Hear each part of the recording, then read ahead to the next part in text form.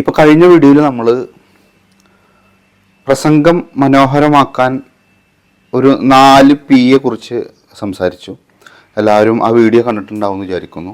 തീർച്ചയായിട്ടും ആ കാര്യങ്ങൾ നിങ്ങളുടെ പ്രസംഗത്തിൽ ഉൾപ്പെടുത്തുകയാണെങ്കിൽ നിങ്ങളുടെ പ്രസംഗം മനോഹരമാക്കാൻ സാധിക്കും. ഇന്ന് ഈ പ്രസംഗകല നേടിയെടുക്കാൻ ദൈനംദിന ജീവിതത്തിൽ നമ്മൾ എന്തൊക്കെ ചെയ്യണം എന്നതിനെക്കുറിച്ചാണ് ഇന്ന് നമ്മൾ ചർച്ച ചെയ്യാൻ ആഗ്രഹിക്കുന്നത്. പ്രസംഗകല നേടിയെടുക്കണം എന്നൊരാളെ സംബന്ധിച്ചിടത്തോളം ആദ്യം അയാൾക്ക് വേണ്ടത് പ്രസംഗിക്കണം എന്നൊരു ആഗ്രഹമാണ്. അത് വെറുതെ ഒരു ആഗ്രഹമല്ല, കത്തിജ്വലിക്കുന്ന ഒരാഗ്രഹം ഉണ്ടാവണം. ബേണിംഗ് ഡിസയർ എന്നതിനെ പറയും. ഞാനൊരു കഥ പറയാം. ഒരു ശിഷ്യൻ അദ്ദേഹത്തിൻ്റെ ഗുരുവിൻ്റെ അടുത്ത് ചെന്ന് ചോദിച്ചു, ഗുരു, ഞാൻ ഒരുപാട് കാര്യങ്ങൾ ചെയ്യണമെന്ന് ആഗ്രഹിക്കുന്നുണ്ട്, പക്ഷെ ഒന്നും ലൈഫിൽ നടക്കുന്നില്ല എന്ന് പറഞ്ഞു. അങ്ങനെ ഗുരു ആ ശിഷ്യനെ കടൽക്കരയിലേക്ക് കൂട്ടിക്കൊണ്ടുപോയി. അങ്ങനെ വെള്ളത്തിലേക്ക് ഇറക്കി ആ ശിഷ്യനെ തലമുടി പിടിച്ച് വെള്ളത്തിലേക്ക് മുക്കി. വെള്ളത്തിലേക്ക് മുക്കിയ സമയത്ത് ശ്വാസം കിട്ടാതെ വെപ്രാളപ്പെട്ടു. അങ്ങനെ പെട്ടെന്ന് ഗുരു ശിഷ്യനെ വെള്ളത്തിൽ നിന്ന് പൊക്കിയെടുത്ത് അങ്ങനെ കരയിലേക്ക് കൊടുന്നു ഗുരു ചോദിച്ചു, ഞാൻ നിന്നെ വെള്ളത്തിലേക്ക് മുക്കിയ സമയത്ത് നിനക്കെന്താണ് അനുഭവപ്പെട്ട് എന്ന് ചോദിച്ചപ്പോൾ ശിഷ്യൻ പറഞ്ഞു, ശ്വാസം കിട്ടാതെ ഞാൻ വല്ലാതെ ബുദ്ധിമുട്ടി. ഒരു ശ്വാസത്തിന് വേണ്ടി ഞാൻ കേണു, അതല്ലെങ്കിൽ മരിച്ചു പോകുമോ എന്ന് ഞാൻ ഭയപ്പെട്ടു. അത്രമേൽ ഞാൻ പ്രയാസപ്പെട്ടൊരു സമയമായിരുന്നു ഗുരു വെള്ളത്തിലേക്ക് മുക്കിയ സമയത്ത്.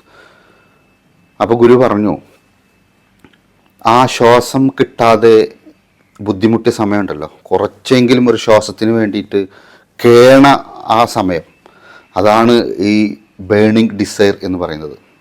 പ്രസംഗകല നേടിയെടുക്കണം എന്ന് ആഗ്രഹിക്കുന്ന ഒരാളെ സംബന്ധിച്ചിടത്തോളം അയാൾക്ക് ആദ്യം ഉണ്ടാവേണ്ടത് ഈ ഡിസയറാണ്. കത്തിജ്വലിക്കുന്ന ഒരു ആഗ്രഹം ഉണ്ടാവണം. അതിനുവേണ്ടി അലയണം. അതിന് ഓരോ ദിവസവും ഓരോ മണിക്കൂറും ഒക്കെ എന്ത് ചെയ്യണം, അതിലേക്ക് നമ്മളിങ്ങനെ ഓരോ പ്രവർത്തികൾ ചെയ്തുകൊണ്ടിരിക്കണം. അപ്പോൾ എന്തെല്ലാം കാര്യങ്ങൾ ദൈനംദിന ജീവിതത്തിൽ നമുക്ക് ചെയ്യാം? ഈ പ്രസംഗകല നേടിയെടുക്കാൻ എന്തെല്ലാം കാര്യങ്ങൾ ചെയ്യാം? ഒന്ന്, നിങ്ങൾ ഇൻവെസ്റ്റ് ചെയ്യേണ്ടത് നിങ്ങളുടെ സമയമാണ്. ലൈഫ് സമം സമയം എന്ന് പറയാറുണ്ട്. സമയമില്ലാത്തവന് ജീവിതം ഇല്ല എന്ന് പറയാറുണ്ട്.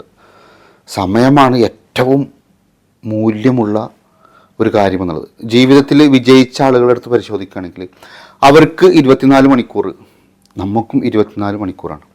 അവരെങ്ങനെ വിജയിച്ചത്? ആ 24 മണിക്കൂറിനെ ഫലപ്രദമായി ഉപയോഗിച്ചതിൻ്റെ ഭാഗമായിട്ടാണ്.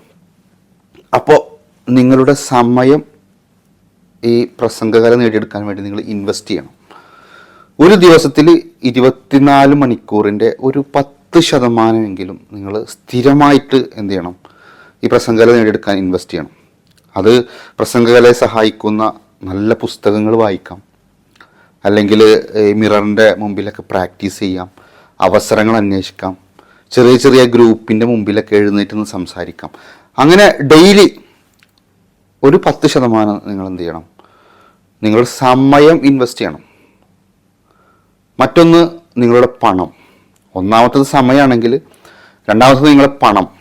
ഒരു മാസം നിങ്ങളുടെ സാലറിയുടെ അല്ലെങ്കിൽ നിങ്ങളുടെ വരുമാനത്തിൻ്റെ ഒരു 10% നിങ്ങളുടെ വളർച്ചയ്ക്ക് വേണ്ടി ഈ പ്രസംഗകല നേടിയെടുക്കാൻ നിങ്ങൾ ഇൻവെസ്റ്റ് ചെയ്യണം.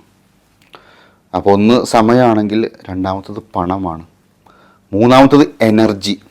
നിങ്ങളുടെ ഊർജം എവിടെയാണ് ചിലവഴിഞ്ഞു പോകുന്നത് എന്ന് നിങ്ങൾ കൃത്യമായി നിരീക്ഷിക്കണം. സോഷ്യൽ മീഡിയ പ്ലാറ്റ്ഫോമുകൾ അനവധിയാണ്. ആവശ്യമുള്ളതിനും ഇല്ലാത്തതിനൊക്കെ നമ്മുടെ ഊർജം പലതരത്തിലുള്ള സോഷ്യൽ മീഡിയയിൽ പോയിക്കൊണ്ടിരിക്കുകയാണ് അനാവശ്യമായിട്ട്. അപ്പോൾ ആ ഊർജം നമ്മൾ എന്ത് ചെയ്യണം, നമ്മുടെ വളർച്ചയ്ക്ക് വേണ്ടിയിട്ട്, നമ്മുടെ ഈ പ്രസംഗകല നേടിയെടുക്കാൻ നമ്മൾ വിനിയോഗിക്കേണ്ടതുണ്ട്. ഒന്ന്, നല്ല പ്രഭാഷകനാവണം എന്നുള്ള കത്തിജ്വലിക്കുന്ന ആഗ്രഹം ഉണ്ടാവണം. മറ്റൊന്ന്, നിങ്ങളുടെ സമയം, ഒരു ദിവസത്തിലെ 10% നിങ്ങളുടെ സമയം നിങ്ങൾ ഈ ലക്ഷ്യം നേടിയെടുക്കാൻ നിങ്ങൾ എന്ത് ചെയ്യണം, ഇൻവെസ്റ്റ് ചെയ്യേണ്ടതുണ്ട്. മറ്റൊന്ന്, നിങ്ങളുടെ പണം. ഒരു മാസത്തിലെ നിങ്ങളുടെ വരുമാനത്തിൻ്റെ ഒരു 10% നിങ്ങൾ ഈ പ്രസംഗകല നേടിയെടുക്കാൻ ഇൻവെസ്റ്റ് ചെയ്യണം. മറ്റൊന്ന് എനർജി. അപ്പോൾ സമയവും പണവും എനർജിയും നിങ്ങളെന്ത് ചെയ്യണം, ഈ പ്രസംഗകല നേടിയെടുക്കുന്നതിലേക്ക് നിങ്ങൾ ഇൻവെസ്റ്റ് ചെയ്ത് കഴിഞ്ഞാൽ, നിങ്ങളതിന് തയ്യാറായി കഴിഞ്ഞാൽ തീർച്ചയായിട്ടും നിങ്ങൾക്ക് വേഗത്തിൽ ഈ പ്രസംഗകല നേടിയെടുക്കാൻ സാധിക്കും. അപ്പോൾ പ്രസംഗകല നേടിയെടുക്കണം എന്ന ലക്ഷ്യവുമായിട്ട് നടക്കുന്ന ഒരാളാണെങ്കിൽ നിങ്ങൾ എന്ത് ചെയ്യണം, നിർബന്ധമായിട്ടും ഈ കാര്യങ്ങൾ ജീവിതത്തിൽ പ്രയോഗവൽക്കരിക്കണം. തീർച്ചയായും നിങ്ങൾക്ക് നല്ല പ്രസംഗകനാവാൻ സാധിക്കും. അങ്ങനെ സാധിക്കട്ടെ. എൻ്റെ ഈ ചാനൽ സബ്സ്ക്രൈബ് ചെയ്യുക, ലൈക്ക് ചെയ്യുക. നിങ്ങളുടെ വിലയേറിയ നിർദ്ദേശങ്ങളും അഭിപ്രായങ്ങളും കമൻ്റായിട്ട് എഴുതി അറിയിക്കുക. നന്ദി, നമസ്കാരം.